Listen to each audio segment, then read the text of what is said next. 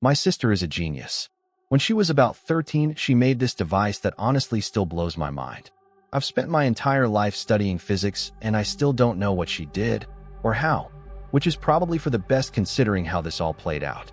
I don't know how she did it, but what I do know is in the summer of 2003, the laws governing matter and atomic mass didn't seem to affect her anymore. She was invisible to the human eye, and she was speaking a universal language we've never been able to identify or reproduce. Before I get into this, though, have you ever seen Firefly? Allow me to quote, "I am very smart. I went to the best medic ed in Osiris, top 3% of my class, finished my internship in 8 months. Gifted is the term. So when I tell you that my little sister makes me look like an idiot child, I want you to understand my full meaning. This could have been written about me and my sisters. We come from a long line of gifted people.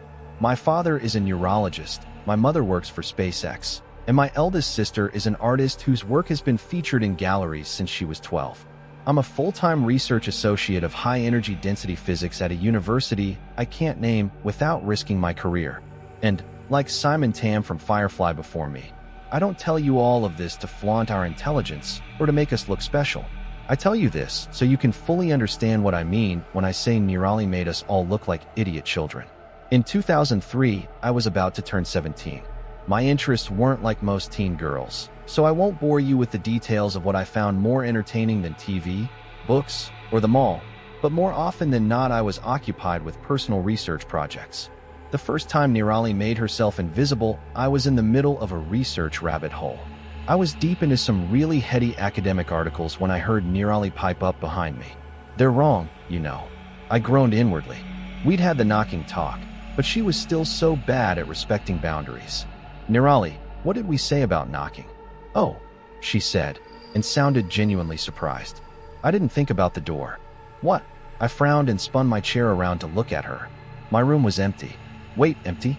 I looked around briefly before rubbing my eyes, wondering when I'd slept last, and already writing the conversation off as an auditory hallucination. Shaking my head, I started to turn back to my computer when I heard her giggle. "All right, jerkhole. Where are you?" "Right here," she giggled, her voice coming from directly in front of me. "What the hell? Did you hide the speakers again?" I stood up, taking a moment to really look around the room. She'd pulled a prank like this before, hiding a complex set of speakers she'd modified to create a confluence of sound she could manipulate. It would sound like someone was anywhere in the room she specified. She'd even made it sound like she was moving around. It was really impressive, especially since she'd only been 10 at the time. This time, though, she'd either gotten much better at hiding the speakers or something else was going on. She giggled again. "No speakers. Just me." "Okay, just me. But how?" I folded my arms, looking in the direction of her disembodied voice. "That's going to be hard to explain. That was Nirali 4, you won't get it. Try me," I said, because I'm stubborn. She did, though, and I didn't. I had the beginnings of a migraine chewing on my right eye by the time she was done. Almost none of it made sense. There was something about atomic frequencies and post-dimensional drift, superliminal desynchronization, and something she dubbed the Planck supertemporal parallel. It was all way over my head. "Okay," I said, rubbing my temple as I tried to digest it all. "But how did you get here?" I walked. "Infuriating. I mean, how did you get in here?" I gestured widely to the door, which was closed, and the walls around us.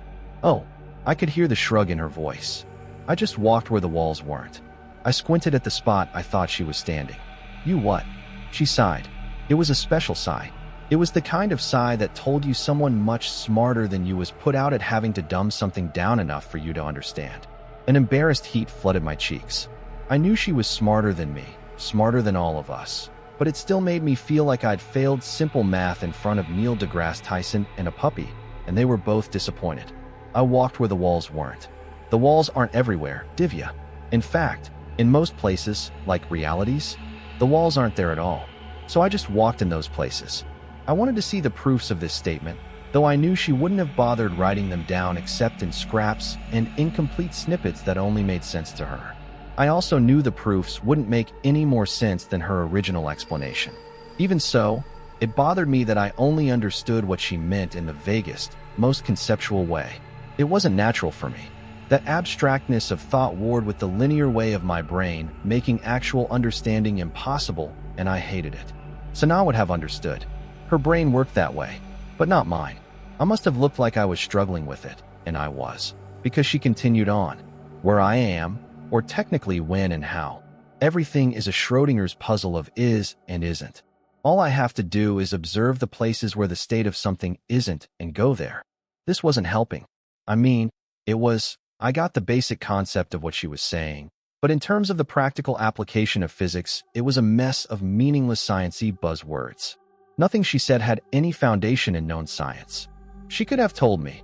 I ate ice cream upside down and chanted purple backwards 30 times, and the wall turned to jello, but only as long as I looked at it from a 45-degree angle, and it would have been exactly as scientifically sound as what she'd actually said.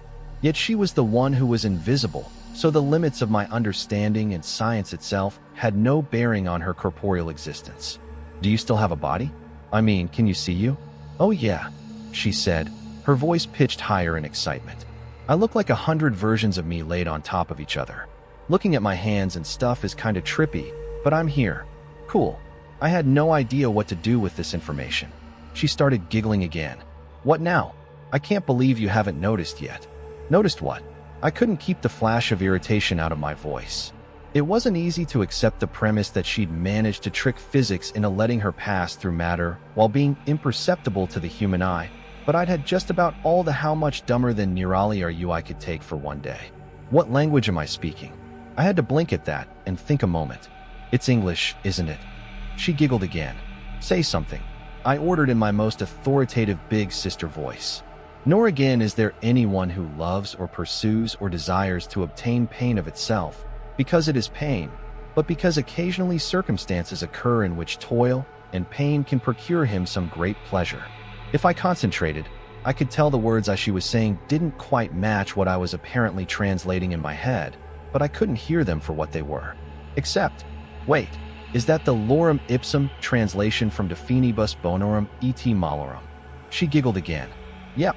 Want me to try something in Hindi? Yeah, I said, a little stunned and more than a little curious. Go for it.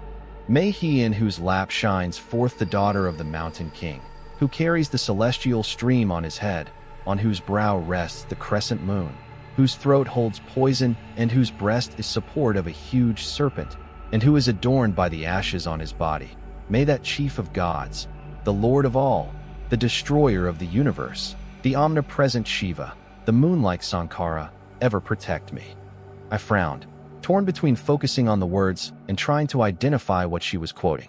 I started mouthing some of the words as my mind ran back over them, and gawped a little as recognition settled in. Did you just quote the Ramcharitmanas Ayodhya K with Macron invocation? Another giggle. But how? That didn't sound like Hindi at all. Fascinating, she said. It didn't feel like Hindi when I said it, but I was thinking the Hindi words. What did it sound like to you? English, I guess. I mean, it didn't sound like anything, but I understood you in English. That's so cool. Can you actually hear something other than English? Kinda. I mean, almost. If I try, I can tell the sounds you're making don't match the meaning of the words I'm not hearing, but understanding. But the meaning overrides everything else, so I can't actually identify individual sounds or phrases. Do you think you could identify the physical linguistics if we went word by word? It may be the processing of complete phrases prevents the identification of individual phonemes. Maybe, I said, shrugging, still trapped in awe of this aspect of her discovery. We could try it. She had me run her through some general object identification to give me a chance to listen for the sounds she was making and how they differed from the words I knew, the words I was hearing, but I only ever caught the ghosts of divergent beginnings and ends. She thought this was hilarious. I thought it was magical. She started making regular trips to my room in this state, usually after lights out or when our parents were at work. I didn't blame her for sneaking. Sana wasn't into the science stuff, and if our parents knew what we'd been up to, we'd have been grounded for life, especially since Nirali had already been banned from experimental projects at home. The last one had required a lot of external help and several $1,000s to clean up. But someone had to try and catalog this universal lexicon, and this was the only way we had access to it. One night, as we lay awake on the floor naming objects, We tried making individual sounds before, but without the intent of meaning behind them, there was no divergence. Nirali froze. I couldn't see her, of course, but something changed. She stilled to the point I worried she'd maybe phased through the floor or something and left me alone. But somehow I still felt her presence along with something sharp and alien I couldn't identify. Nirali, I whispered, cold unease settling on me like snow. Shoo. It was her, but so quiet I almost missed it. I felt the urgency behind it, though, and hushed to wait in the silence with her. As the seconds ticked by, a prickling dread crawled across the room. It started at the edges where the shadows were thickest and spread outward, tainting everything it touched, including me. My pulse quickened as a primal paranoia sank in. I knew it was just Nirali and me, but it felt like a predator was stalking the shadows, searching for us, and it was only our silence that kept it from pouncing. To keep the paranoia at bay, I focused on the warm red readout of the clock above my desk. The slowly changing numbers were soothing and hypnotic. They dulled the edges of my fear until, at some point between midnight and 2 a.m., I fell asleep. I only realized this when Nirali finally whispered my name, pulling me back to reality. Divya, wake up. I swam back to consciousness slowly, shaking off the half-formed discomfort of a dream I couldn't remember. It's gone now. What's gone? I rubbed the sleep still clogging my vision and blinked at the clock above my desk. So late. Had we really been laying on the floor for 2 hours? Nirali didn't answer. Not for a long time. Long enough that I thought maybe I'd dreamed her waking me up entirely. The shadow behind the walls, she whispered, cutting the silence away like cobwebs. There was a weight to her words I couldn't describe that tickled the primal centers of my brain again. An ancient urge calling to me, telling me to hide. The what? I croaked, propping myself up on my elbows, but Nirali was gone. Not just quiet. There was a difference in the room when she left, and I could always sense it, even if she didn't say she was going. A few minutes later, she was at my bedroom door, actually knocking. The sound startled me, giving my heart a sudden workout with a spike of adrenaline. I snuck over to the door to let her in, too keenly aware of the night around me, and jumping at shadows I suddenly worried couldn't be trusted. Without a word, she slipped past me and crawled into bed, hiding beneath the covers with her knees against the wall and her back to me. I took my cue as it was offered and crawled in behind her, offering myself as protection against the night. Sleep was slow in coming as my body flushed the survival instinct from its veins, but eventually it must have come as the next thing I knew the sun was peeking through the windows and Nirali was watching me sleep. Divya. Nirali said my name like she was testing it, as if she didn't expect to hear it again. Yeah. Nothing, she said, curling back under the covers before adding, thanks. It was a week before she came to me through the walls again. I think it's drawn to the language, she said, pulling me out of a dream about superfluid. What is? I yawned, oddly comfortable with the resumption of our nightly conversations. The shadow behind the walls. What is that? I don't know. Something big. Something old. Older than time, maybe. What's with the Sana talk? Older than time? I don't know. Divya, that's just what it feels like. She was always like this, caught somewhere between science and emotion, like the perfect cross between me and Sana. I think it allowed her to think abstractly enough to escape the box of the known to innovate, while remaining linear enough to build a new box to house her innovations. But sometimes it meant she didn't have the math to back it up. Sometimes it was just a feeling or the hint of a notion. But even then, Nirali's feelings were always spot on, even if it took science a few decades to prove it. All right, I said, accepting that answer. It was odd, I realized then, how a few weeks of exposure to what my mind told me was factually impossible opened me to the flexibility of the possible. I was surprised, too, when I noticed my first instinct wasn't to challenge her or demand proof just because what she said was beyond my experience or immediate comprehension.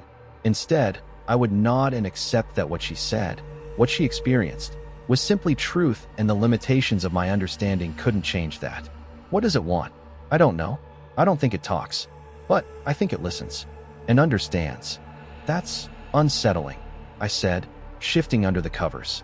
The superstitious child in me made sure my feet were hidden in the center of the bed because the shadows still couldn't be trusted. She hummed her agreement. It's not the only thing here, though. A chill surged through me, prompting my heart into a panicked gallop. What do you mean? I mean, there are other things. Big things. Old things. Most of them can't see me, I think. I'm not really where they are. Same as I'm not really where you are. But they can hear me, same as you. Are you safe? Nirali was silent.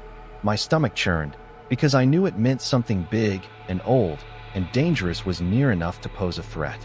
After several minutes passed, she answered. Sometimes. Only sometimes. I sat up, staring at the spot on the floor where she would have been seated. Only sometimes. Then why are we still doing this, Nirali? I wouldn't have agreed if I knew you were in danger. I know, she said quietly, but there's so much here.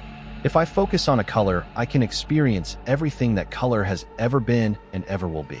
If I think about a time, I'm sitting in what used to be here, or sometimes what will be here, watching a blur of activity that won't happen for another 1,000 years. I've seen cities you can't even begin to imagine made of glittering bone and glass. Monolithic wonders to shame the gods. Last night, I was standing in the center of a black hole.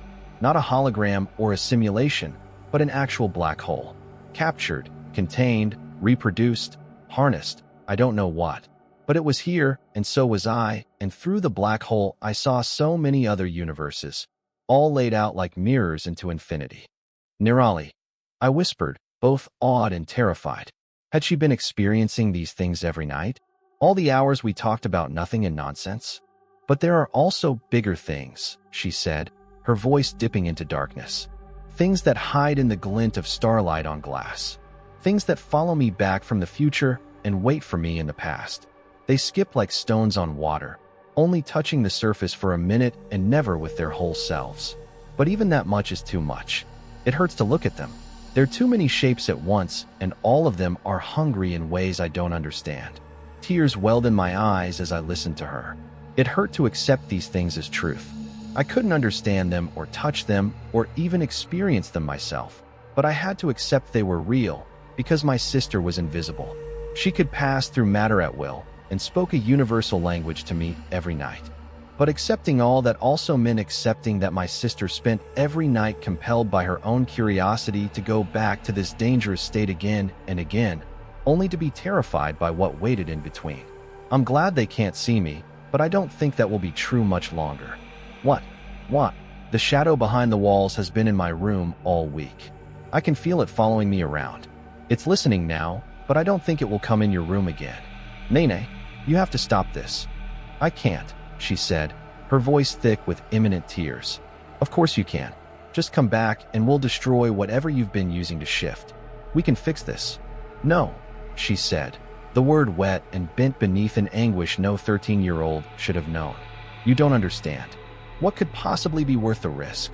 My heart broke in the silence that stretched between us. An eternity of pain and longing swirled between us, and one final fragile breath spoke of the tears she held back when she found her voice again. I can't speak English anymore. I didn't understand. Like the first time she described the math to me, this statement defied understanding. What do you mean you can't speak English anymore? I mean I can't speak anything but this stupid between language, Divya. I tried and tried all week, but all that comes out now is this ugly mess of gurgles and scrapes and noises I don't recognize, and I'm so scared. I'm so scared, because they can still hear me when I'm out there with you, and out there I'm not invisible. And you, and Sanaa, and Mom and Dad aren't invisible. And none of us are safe when I'm out there. And the only time I can talk right is when I'm in here, she sobbed. When I'm here with you. My heart turned somersaults in my stomach. I let this happen. I should have stopped her the day she showed me her stupid science-shattering trick. Nene, I whispered, and all I wanted to do was hold her until everything was right. You have to come back. I don't know what we'll do to fix this, but you can't stay there. I know, she said through a heavy veil of tears. I just didn't want to lose you. To lose us. You still have me, but I won't out there. Not like this. I didn't have a good answer for her. We'll find a way to fix it, was all I could say, and we both knew it wasn't enough. We also knew that it had to be, because we didn't have a choice. I felt her presence fade, and a few minutes later there was a quiet knock at my door. Nirali stood on the other side, shaking as silent sobs racked her narrow frame. I gathered her up, shutting the door behind her, and together we curled around each other on the floor and cried. We cried until we passed out from exhaustion and woke up long after the sun had risen. I woke to Nirali watching me again and blinked away the haze of tear-stained sleep. Nirali, she nodded, mute, a sadness hanging over her shoulders. Can you? She shook her head. Nothing. She glanced up, looking over me and toward the hall as someone passed by. I could tell a million thoughts were flitting through her head in that moment, most of them conflicting, but after a minute or so a stony resolution had settled in her eyes, and she scooted closer, waving for me to do the same. Her mouth was almost against my ear when something unimaginably foul rattled from her lips. A shudder of revulsion rocked through me at the sound of each mangled phoneme. I've never been so disgusted and terrified in my life. I could hear her voice, but it was dripping with caustic venom, dragging over hot coals, buried in the deepest ocean and clawing at the edges of sanity with angry talons. It was wrong, and to this day it was the most vile, viscerally upsetting experience of my life. The words, this language, was never meant to be spoken by man. Science won't support me, but I know in my bones these words have power man wasn't meant to use. And yet, despite my mind rebelling from the mere sound of her voice warped around these hideous words, I still knew what she'd meant as if she'd said it in English. Don't tell Mom and Dad.